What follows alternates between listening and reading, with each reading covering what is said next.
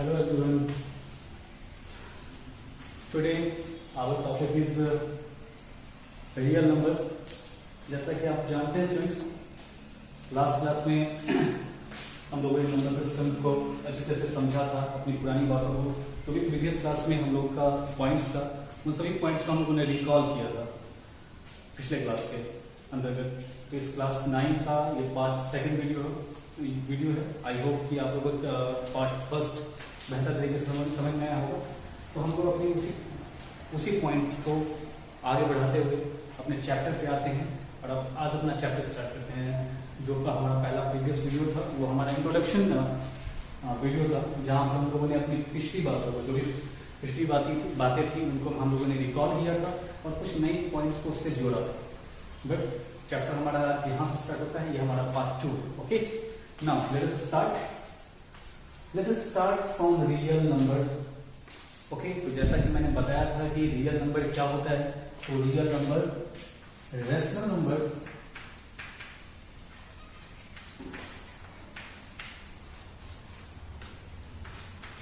और irrational numbers का combination होता है। Okay student, real numbers, rational number और इरेशनल नंबर का कॉम्बिनेशन होता है। ओके स्टूडेंट्स, तो यहाँ तो आप लोगों ने रेशनल नंबर के अंदर टर्मिनेटिंग वैल्यूज, टर्मिनेटिंग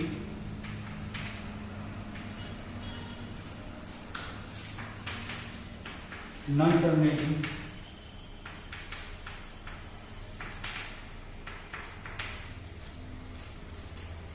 टर्मिनेटिंग और रेगुलर नंबर। थर्ड,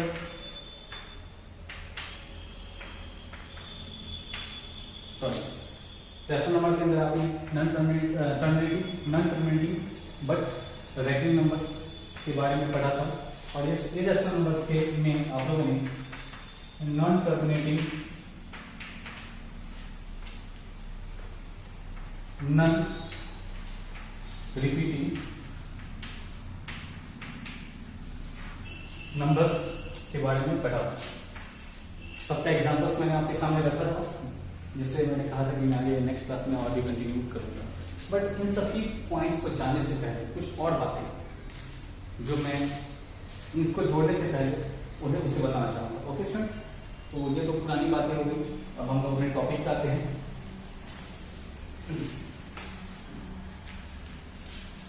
यहां हम देखते हैं student,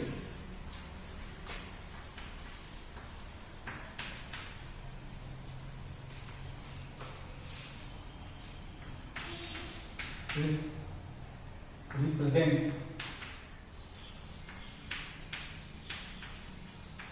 rational numbers on number line. Okay students, represent rational number on number line. तो स्टूडेंट, जैसे ही आपने इस नंबर लाइन का जिक्र देखा तो आपको याद आया होगा कि आपने क्लास 7 इंटीजर, क्लास 8 में रेशनल नंबर पढ़ा था, और उस दौरान आपने नंबर्स को कैसे नंबर लाइन पर रिप्रेजेंट करते हैं, इन सब बातों को भी देखा था, बेहतर तरीके से समझा था। बातें वही हैं, बट एक बार फिर से रिकॉल करना है कुछ बातें, आपको फिर कुछ स्टूडेंट्स उस बातों को फिर से रिकॉल करें, समझें, सीखें। ओके, तो यहाँ पहला मैं एक नंबर लाइन देता हूं, कुछ पॉइंट्स आपको नई बातें सीखने को मिलेंगी, नई चीजें सीखने को मिलेंगी, वो देखने की बात है। तो स्टूडेंट्स, आप देखेंगे जैसे यहाँ मैंने एक लाइन खींचा है, जिसे मैं नंबर लाइन बना रहा हूं।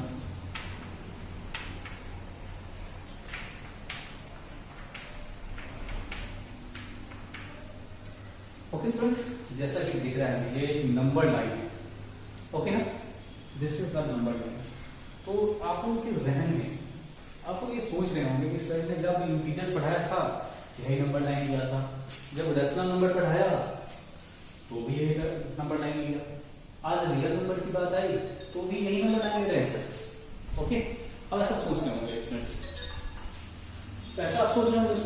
पर मैं आपके सामने एक बात क्लियर कर दूं। आप मेरा अगर लास्ट वीडियो देखेंगे तो आप इस बात पर अब ये बात आपको बहुत अच्छी आसानी से समझ में आ जाएगी। ये एक न ही इंटीजर का नंबर लाइन है, न ही रेशनल नंबर लाइन। ये एक्चुअली रियल नंबर लाइन है। ये एक्चुअली क्या है? Number line. कौन सा? Real number line. अब रियल नंबर लाइन कहने के पीछे मेरा ये रीजन है, ये एक रियल नंबर लाइन है। और जैसा कि हम लोग जानते हैं कि real number is the combination of rational and irrational number. और जैसा हम लोगों ने पढ़ा था लास्ट क्लास में कि रेशनल नंबर जो है, रेशनल नंबर में ऑलरेडी इंक्लूड होता है। क्या इंक्लूड होता है? तो इंटीजर्स इंक्लूड होता है, होल नंबर इंक्लूड होता है, नेचुरल नंबर इंक्लूड होता है। ओके ना स्टूडेंट्स? तो इट मींस जब इस नंबर पे, इस रियल नंबर लाइन पे, इस नंबर लाइन पे अगर हम, इस रियल नंबर लाइन पे अगर हम रेशनल नंबर को रिप्रेजेंट कर सकते हैं, इट मींस इंटीजर को रिप्रेजेंट कर सकते हैं, इट मींस होल नंबर को रिप्रेजेंट कर सकते हैं, इट मींस नेचुरल नंबर को भी रिप्रेजेंट कर सकते हैं। ओके ना स्टूडेंट्स? बात समझ आ रही है? तो यहाँ it is a real number line. और जब इसे रियल नंबर लाइन कहा गया, इट मींस इस नंबर लाइन हम रेशनल नंबर को रिप्रेजेंट कर ही सकते हैं, साथ ही साथ इरेशनल नंबर को भी लोकेट कर सकते हैं। ओके, तो यहां पर कुछ पॉइंट्स हैं, उस पॉइंट्स को मैं डिस्कस करता हूं। वो देखिए, जैसे हमारे पास एक नंबर है, एक डेसिमल नंबर लेते हैं 1.25। This is the 1.25। अब स्टूडेंट्स जरा गौर से करेंगे, ये कैसा वैल्यू लग रहा है हमारा। तो सबसे फर्स्ट ये एक डेसिमल नंबर है। ये क्या है स्टूडेंट्स? ये एक डेसिमल नंबर है। और इस डेसिमल नंबर में भी कोई रेकरिंग नहीं लगा है, ना ही कोई रेकरिंग लगा है, और न ही डेसिमल पार्ट में मैंने कोई पॉइंट दिया है। अगर पॉइंट दिया होता आगे कंटिन्यूटी का, तो ये non terminating, non repeating number होता। ओके, अगर इसमें मैं कोई बार लगा देता तो ये नन टर्मिनेटिंग बट रिपीटिंग या रेकरिंग नंबर कहलाता। लेकिन जैसा कि हम देख रहे हैं कि पॉइंट के बाद 2 डिजिट के बाद इसका वैल्यू कंप्लीट टर्मिनेट हो रहा है, इट मींस ये टर्मिनेटिंग नंबर। और टर्मिनेटिंग नंबर हमारा किस पार्ट में आता है, किस ग्रुप में आता है? रेशनल नंबर में आता है। तो इस डेसिमल नंबर को हम क्या कह सकते हैं? This is the rational number. और रेशनल नंबर कहेंगे भी और इसे रिप्रेजेंट भी करके दिखाते हैं, क्योंकि हम जानते हैं कि इसे हम चाहें तो बड़ी आसानी से p/q के फॉर्म में ला सकते हैं। तो इस डेसिमल को हटाएंगे, हमारे पास वैल्यू आएगा 125/100। ये सब बड़ी आसान बातें हैं जो आपको मैंने लास्ट क्लास में ऑलरेडी पढ़ा होगा। अब इसमें अगर हम डिवाइड करें, रिड्यूस करें, तो ये 5/4। Okay student?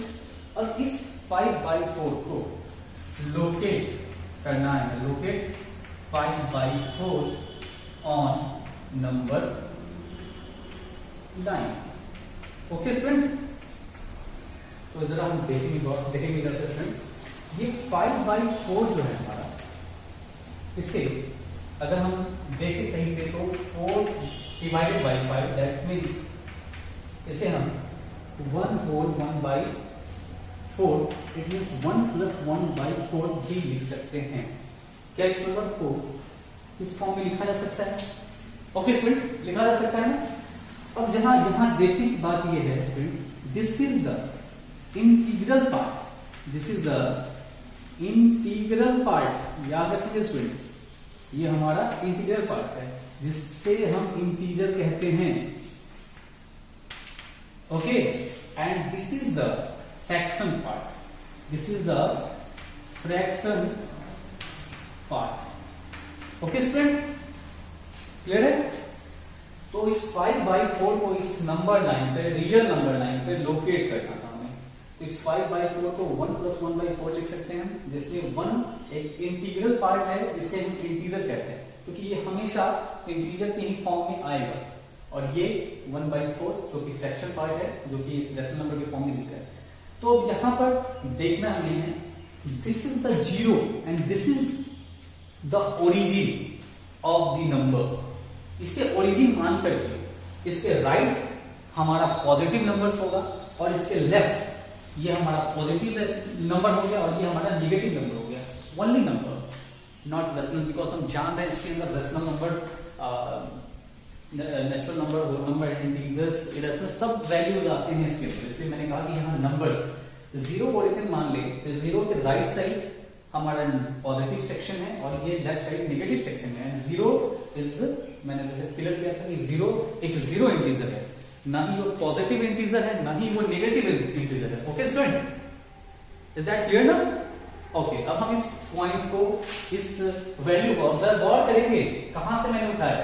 ये टर्मिनेटिंग वैल्यू है हमारी, जो मैंने लास्ट, जिन्होंने भी अपना क्लास 9 का लास्ट वीडियो देखा होगा उसमें देखा होगा सर ने इस तरह की वैल्यूज को टर्मिनेटिंग वैल्यू लिखा था। तो किस तरह से मैंने टर्मिनेटिंग वैल्यू को p/q से इस फॉर्म तक ले आया और मैं इसी वैल्यू को इस फॉर्म में ला करके मैं इसको लोकेट कर दूंगा। ओके, तो जब भी हमें कोई वैल्यू को लोकेट करना है तो हम जीरो को ओरिजिन मान करके और वहीं से आगे बढ़ते हैं। और ये जो आप डिस्टेंस देख रहे हैं ना, ये डिस्टेंस, ये यूनिट डिस्टेंस है, that is the unit distance. Okay, इसके बारे में आप प्रीवियस क्लास में बेहतर तरीके से जानते हैं ऑलरेडी कि ये यूनिट डिस्टेंस है जो आपस में इक्वल है। ओके, आइदर लेफ्ट और राइट, बोथ द डायरेक्शन, दोनों ही डायरेक्शन में ये जो यूनिट डिस्टेंस है 0 to 1, 1 to 2, 2 to 3, in also negative side 0 to -1, -1 to -2, तो ये जो वैल्यू, ये जो यूनिट डिस्टेंस है ये क्या है? इक्वल है। तो यहाँ पर हम स्टूडेंट देखेंगे कि यहाँ पर जब इस टर्मिनेटिंग वैल्यू को जब हम लोगों ने p/q के फॉर्म में तोड़ा, it is the rational number, it is also the rational number. तो इस टर्मिनेटिंग वैल्यू को जब हम लोगों ने p/q के फॉर्म में तोड़ा, इस रेशनल नंबर को इस रेशनल नंबर के फॉर्म में, मतलब दोनों ही रेशनल नंबर ही है बट उसके फॉर्म चेंज हो गए। तो यहाँ पर एक पॉजिटिव रेशनल नंबर था जिससे हम लोगों ने डिवाइड किया तो हमें ये पता चला। तो यहाँ पर इंटीग्रल पार्ट हमारा क्या है? 1। तो सबसे फर्स्ट जो हमारा फर्स्ट स्टेप होगा वो ये होगा कि हम लोग जीरो को ओरिजिन मान करके, और हमारा इंटीग्रल पार्ट क्या है? इट मींस इंटीजर क्या है? 1, पॉजिटिव 1। तो हमें इस जीरो से 1 तक का डिस्टेंस कवर करना होगा। This is the 1 unit. Okay ना स्टूडेंट? और इस इंटीग्रल पार्ट के अलावा हमारे पास जो फ्रैक्शन पार्ट है वो कितना है? 1/4 है स्टूडेंट। कितना है? 1/4 है। और ये 1/4 जो है ये कहां जाएगा? तो ऑब्वियसली ये 1 के बाद जाएगा और 2 के बिफोर होगा, क्योंकि अगर इंटीग्रल पार्ट 2 होता तो 2 तक तो हम लोग ऑलरेडी पहुंच जाते, बट सिर्फ इंटीग्रल पार्ट हमारे पास 1 है तो 1 तक गए, और 1 के बाद जो फ्रैक्शन पार्ट है उसके लिए हमें 1 से आगे बढ़ना पड़ेगा। मतलब इस यूनिट डिस्टेंस में ही ये फ्रैक्शनल वैल्यू है कहीं। तो स्टूडेंट्स यहाँ हमारा फ्रैक्शनल वैल्यू का जो डिनोमिनेटर है वो कितना है? 4 है। तो इस यूनिट डिस्टेंस को, इस यूनिट एरिया को हम लोग 4 पार्ट्स में, बिकॉज डिनोमिनेटर जितना हो उतने हिस्सों में बांट देते हैं। That is 1, 2, 3 and 2 is the fourth place where we get the 2 as an integral, that is the fourth part, 1, 2, 3 and 4. Okay students, तो इंटीग्रल पार्ट हमारा क्या हो गया? 1 तक पहुंच चुके थे, और उसके बाद जो हमारा फ्रैक्शन पार्ट था वो 1/4 था, जिसमें हम लोगों ने डिनोमिनेटर के अकॉर्डिंगली इसे, इस यूनिट प्लेस को, इस यूनिट एरिया को 4 हिस्सों में बांट दिया, और उस 4 हिस्से का कितना हिस्सा लेना है हमें? पहला हिस्सा लेना है, एंड दैट इज द, इसी यूनिट एरिया को आगे थोड़ा बढ़ा देंगे, and that is the 5/4, that is the 1.25। Okay student, तो आप देख रहे हैं कि कैसे एक टर्मिनेटिंग वैल्यू को p/q के फॉर्म में लाकर हम लोगों ने इस रियल नंबर लाइन पे लोकेट कर दिया है। Okay student, is that clear ना? आई होप कि आपको ये बात समझ में आ रही होगी। बहुत सिंपल सी चीज है, बहुत बार आप लोगों ने इस चीज को प्रैक्टिस किया है। ओके ओके, चलिए हम एक और एग्जांपल लेते हैं।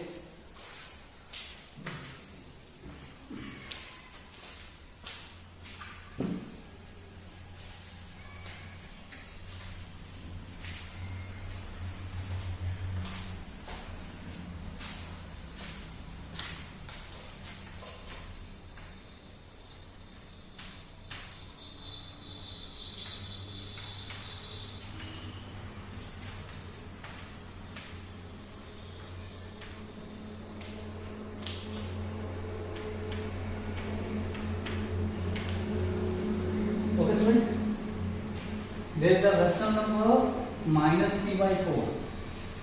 ओके, जिसे लोकेट करना है हमें नंबर लाइन पे. किस नंबर लाइन पे? Real number line. बिकॉज जो भी नंबर लाइन हम खींचते हैं वो एक्चुअली क्या होता है? रियल नंबर लाइन होता है.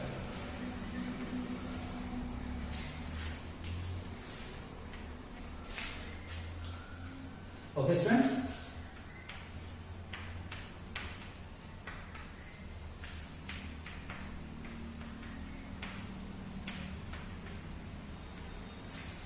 This is the real number line. Okay student, अब जरा देखेंगे यहाँ हमारा जो रेशनल नंबर है वो क्या है? -3/4. -3/4. This is the negative rational number. तो ऑफ कोर्स ये हमारी ओरिजिन से किधर आएगा? नेगेटिव साइड में आएगा. ये वैल्यू जो है इसे लोकेट करने के लिए हमें ओरिजिन से लेफ्ट साइड जाना होगा. ओके ना स्टूडेंट, तो हम यहाँ आएंगे. तो उसमें सबसे पहले हमें क्या करना होगा? इसके फॉर्म को चेंज करना पड़ेगा. तो पहले हम 4 से क्या करते हैं? 3 को डिवाइड करते हैं, माइनस को भी छोड़ देते हैं. ओके, तो 0.0 4 7 28 2 0 लगा है 4 5 20. ओके स्टूडेंट्स, यहाँ हमारा वैल्यू कितना आ रहा है? यहाँ हमारा वैल्यू कितना आ रहा है? This is the 0.75. तो क्या इसे इंटीग्रल और फ्रैक्शन कॉम्बिनेशन में लिखा जा सकता है student? No, it is not possible. यहां पर हमारा इंटीग्रल पार्ट क्या आ रहा है? डेसिमल में आ रहा है. क्या आ रहा है स्टूडेंट? यहां हमारा इंटीग्रल पार्ट जो है वो क्या आ रहा है? डेसिमल में आ रहा है. It means this is not the integral. Because हम लोग जानते हैं कि इंटीग्रल को डेसिमल फॉर्म में नहीं लिखा जा सकता है. लास्ट क्लास में मैंने आपको बताया था, मेरी बात पर ध्यान करेंगे. क्या होता है इंटीग्रल पार्ट? क्या होता है? इंटीग्रल पार्ट इंटीजर होता है और ये वैल्यू इंटीजर नहीं है बिकॉज ये डेसिमल, इसलिए इंटीग्रल पार्ट नहीं हुआ. तो जब ऐसा केस हो जहां पर हमारा डेसिमल में वैल्यू आए, इंटीग्रल वैल्यू जहां पर होना चाहिए वहां अगर डेसिमल में आ जाए कोई वैल्यू, तो हम वहां क्या मानेंगे? हम मानेंगे वहां पर हमारा जो इंटीग्रल पार्ट है वो क्या है? 0 है. वो क्या है? हमारा 0 है. तो जब इस -3/4 को लोकेट करना हो तो इसे हम 0 प्लस -3/4 लिख सकते हैं क्या स्टूडेंट? ऑफ कोर्स लिख सकते हैं. तो यहां हमारा इंटीग्रल पार्ट क्या हो गया? 0 हो गया. इंटीग्रल पार्ट जब 0 हो गया, ओके स्टूडेंट, तो चूंकि हमारा ओरिजिन भी 0 था, ओके, और इंटीग्रल पार्ट भी 0 है, मतलब यह वैल्यू जो है हमारा 0 और -1 के बीच होगा. बिकॉज ये निगेटिव इंटीजर है, तो 0 और -1 के बीच होगा. बिकॉज ये इंटीग्रल क्या है? हमारा 0 है. जैसा कि लास्ट नंबर में हम लोगों ने देखा कि हमारा इंटीग्रल 1 था, तो वैल्यू 1 और 2 के बीच आया था. उसी तरह से हमारा यहाँ इंटीग्रल 0 है, तो हमारा वैल्यू ऑब्वियसली कहां आएगा? 0 और -1 के बीच आएगा. बिकॉज ये negative rational number. Okay okay student, तो अब हम आते हैं अपने फ्रैक्शनल पार्ट में, फ्रैक्शन पार्ट में. और फ्रैक्शन पार्ट में हमारे पास डिनोमिनेटर कितना है स्टूडेंट? 4. तो हमारा सेकंड स्टेप क्या होगा कि 0 और -1 के बीच जो यूनिट एरिया है उसे 4 हिस्सों में बांटते हैं. That is 1 2 3 and that is 4. Okay students, और हमारा न्यूमरेटर एरिया कितना है? न्यूमरेटर क्या है? -3. तो हम अपने ओरिजिन से आगे बढ़ते हैं. 1 2 3. This is the value, this is the location where we locate -3/4. ये हमारा ये डिस्टेंस कवर किया गया हॉरिजॉन्टल और वर्टिकल, दैट इज द -3/4. और इसमें हम कम्यूटेटिव वैल्यू के फॉर्म में लिखना चाहें तो वो 0.75. तो यहां पर भी हम देख सकते हैं कि कैसे कम्यूटेटिव वैल्यू को हम लोगों ने रियल नंबर लाइन में लोकेट किया या फिर p/q के फॉर्म में कैसे लोकेट किया. ये तो p/q के फॉर्म में ही लाना है और उसके बाद ही हम इसे लोकेट कर सकते हैं. और इसी तरह से स्टूडेंट्स हम लोग इरेशनल नंबर को भी करते हैं, बट इरेशनल नंबर को पढ़ने से पहले कुछ पॉइंट्स और भी करते हैं. ओके स्टूडेंट्स, आई होप आपको मेरी बात समझ में आई होगी और आप इस तरह से डिफरेंट एग्जाम्पल्स को लेकर और किसी भी नंबर को आप क्या कर सकते हैं? इस पर लोकेट कर सकते हैं. लेकिन वहां हमें कोशिश करना है इंटीग्रल पार्ट को ढूंढने के लिए, ज्यादा आसान हो जाता है. Okay student, now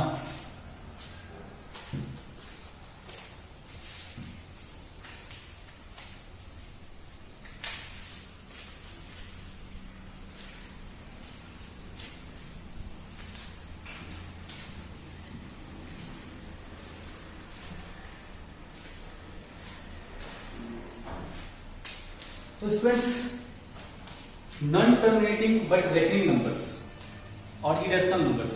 terminating values को तो मैंने बता दिया कि आप कैसे रियल नंबर लाइन को लोकेट कर सकते हैं, but non terminating but recurring numbers जो रेशनल नंबर ही होता है, and non terminating non repeating numbers, non recurring numbers जो कि रेशनल नंबर होता है, उसे भी कैसे लोकेट करते हैं वो सब बातें हम नेक्स्ट क्लासेस में करेंगे। यहां पर अब एक और क्वेश्चन आता है, क्योंकि हम लोग को सिलेबस के अकॉर्डिंगली चलना है, तो यहां हम निकालेंगे find rational numbers between two rational numbers. Find rational numbers between two rational numbers. Okay, तो यहां देखिए student, find rational numbers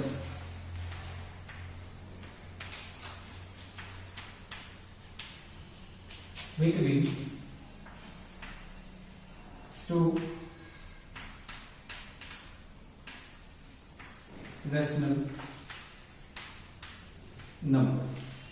okay student, तो स्टूडेंट आपने एक दो मेथड तो पहले ही पढ़ लिया, क्लास 8 में बेहतर तरीके से आप जानते हैं इन सब के बारे में कि कैसे हम लोग रेशनल नंबर्स निकालते हैं दो रेशनल नंबर के बीच। तो सभी मेथड्स को साथ में लेते हुए हम यहाँ पर एक नया मेथड भी सीखेंगे जिससे हम फाइंड आउट कर सकते हैं रेशनल नंबर्स को। ओके, तो स्टूडेंट्स, हमारा मेथड 1,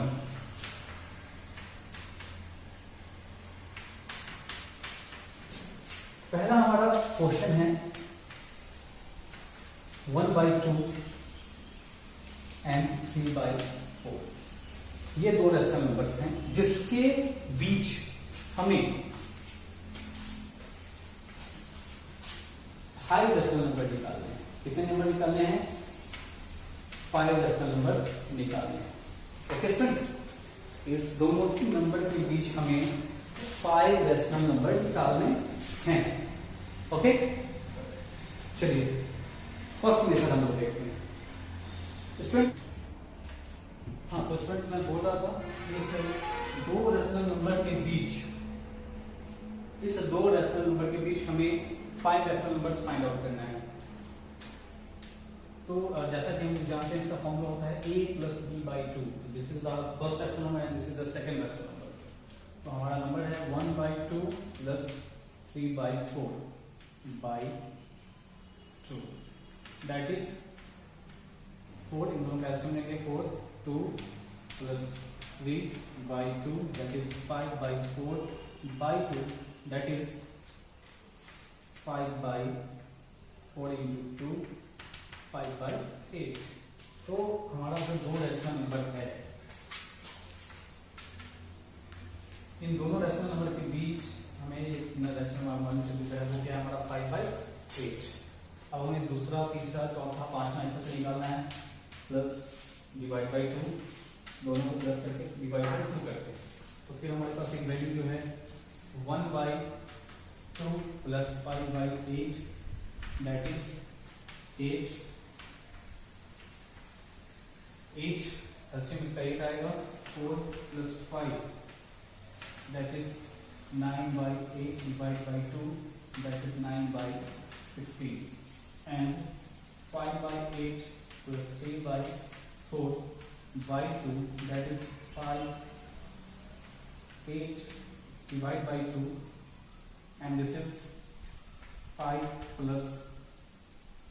6 that is 11/16। तो स्टूडेंट्स, अब यहाँ हम सही से देखें, हमारा एक वैल्यू 9/16 और दूसरा 11/16। तो स्टूडेंट्स हम यहाँ चेक कर रहे हैं, देखें सही से, तो पता चल रहा है हमें नंबर तो पता चल रहा है। अभी तक हम लोगों ने 3 फाइंड आउट किया, 2 नंबर अभी बाकी है, लेकिन ये स्टूडेंट यहाँ पे जो इंपॉर्टेंट चीज है, देखने वाली बात है कि ये मेथड जो है हमारा, ये जो हमारा मेथड है, ये है कि हम इससे रेशनल नंबर ढूंढ सकते हैं, but it is quite tough, it is a quite tough method, because इसमें बहुत ही ज्यादा मतलब ये लंबा प्रोसेस हो जाएगा हमारा। हाँ, इसमें कोई शक नहीं कि ये नंबर हम फाइंड आउट कर सकते हैं, लेकिन ये थोड़ा सा लंबा प्रोसेस जाएगा। अब इसके आगे अगर हमें निकालना हो तो फिर हम दोनों का सम निकाल के इन दोनों का सम निकाल करके डिवाइड बाई 2, इन दोनों का सम निकालकर डिवाइड बाई 2, इन दोनों का सम निकालकर डिवाइड बाई 2, इस तरह से फाइंड आउट कर सकते हैं नंबर, फिर उन दोनों का इस तरह से कर सकते हैं, लेकिन it is a quite tough method. Okay student, तो जब हमारे पास 1 2 3 हार्डली 5 है तो हम ये मेथड इस्तेमाल कर सकते हैं, but it is quite tough, but it is a method, so that's why मैंने ये बता दिया आपको, ये एक मेथड है इसलिए मैंने आपको बता दिया। चलिए हम एक सेकेंड मेथड देखते हैं।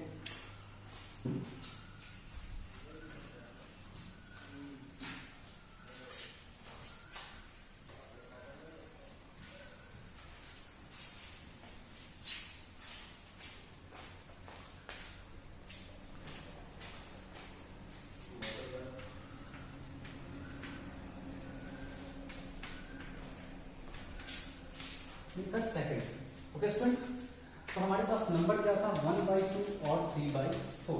ओके स्टूडेंट्स, देखिए फटाफट। तो स्टूडेंट्स जब इस तरह का हमारे पास नंबर, तो सबसे पहला हमारा क्या काम होगा, हम इसे सेम डिनोमिनेटर के फॉर्म में डालते हैं, सेम डिनोमिनेटर।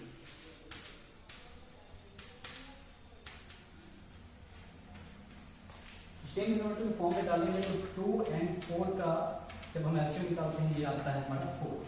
तो first number is 1/2 and second number is 1/4। इसे सेम डिनोमिनेटर के फॉर्म में लाने के लिए हमें 2/4 और ये हमारा 3/4 था, ये आ चुका है। अब ये दोनों ही नंबर हमारे सेम डिनोमिनेटर के फॉर्म में, जस्ट मिनट स्टूडेंट याद रखिए, ये हमारा ए बी वैल्यू था, हमारा ये ए वैल्यू था। ओके, हमें कितने रेशनल नंबर फाइंड आउट करने थे, तो ए और बी के बीच 5 रेशनल नंबर फाइंड आउट करने थे, ठीक है।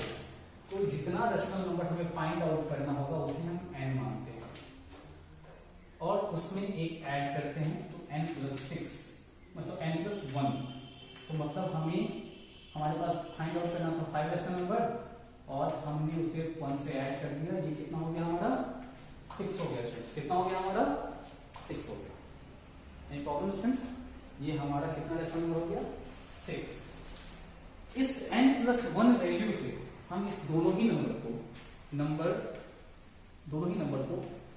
और डिनोमिनेटर में मल्टीप्लाई करते हैं, तो ×